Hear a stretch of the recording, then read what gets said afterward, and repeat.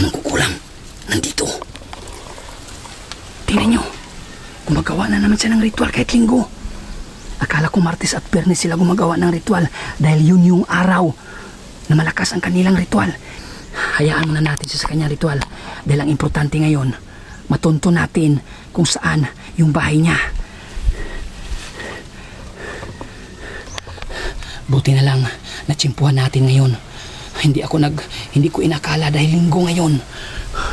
Tingnan nyo lang mabuti. Meron na naman siyang dalang ribulto yata. Ribulto tapos may papel. Yung papel na yan, alam natin mga pangalan niya ng mga kukulami niya. Binabalikan talaga niya ang sementeryo na to dahil ito yung unang sementeryo na nakita natin siya at ito yung pinakamalakas na sementeryo para sa kanya dahil malayo to sa mga kabayan. Wala tong mga kabayan dito kaya nandito siya ngayon. Tingnan nyo lang mabuti kung ano yung ginagawa niya. Ganyan gumagawa ng ritual ang mangkukulam. Tingnan nyo mabuti. Tingnan nyo. Hindi lang natin marinig kung ano yung mga sinasabi niya, pero meron siyang mga orasyon na ginagamit dyan. Lumakas yung hangin. Kung makikita nyo, tingnan nyo sa paligid. Tumayo. Tumayo. Tumayo na. Mukhang papatapos ng kanyang ritual. Tingnan natin. Kinuha niya yung papel. Kinuha niya yung papel. Tingnan nyo.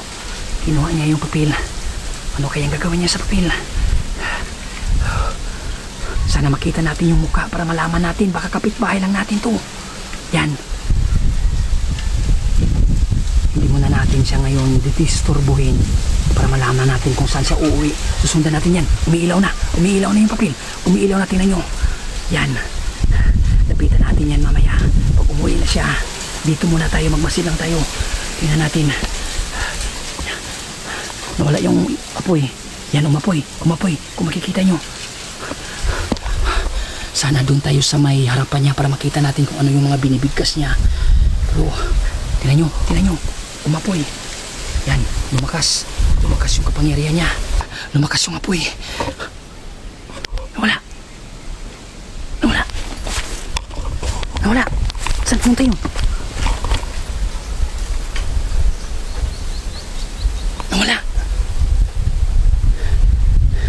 Napansin siguro tayo.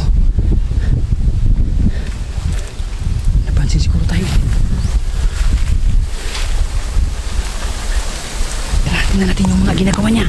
Tingnan natin. Wow! Ang dami. Tingnan nyo. Ang dami mga Latin words dito. Ito yung mga sinunog niya. Grabe. Ano ba to? Ang daming sinunog. Tapos ito yung ginagamit niya.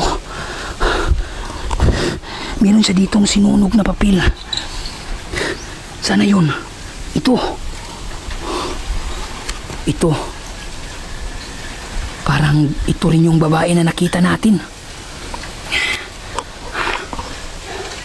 Ito yung babae na nakita natin nung una natin siyang nakita or dun sa kabilang sementeryo. Ito yung mukha ng babae na katusok ng karayom.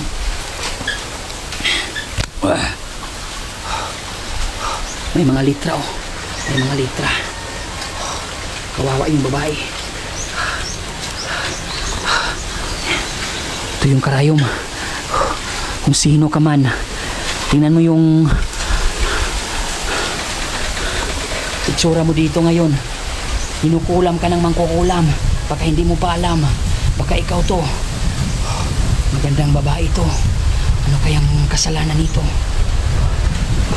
Siguro napansin tayo. Kaya bigla nawala. Pero nandito lang yun. Grabe. Ang dami niya sinunog na papel. So ang pakay natin dito ngayon makita kung saan yung tirahan niya. Pero paano na to? Hanapin natin. Nandito lang yun. Kailangan natin siyang masundan.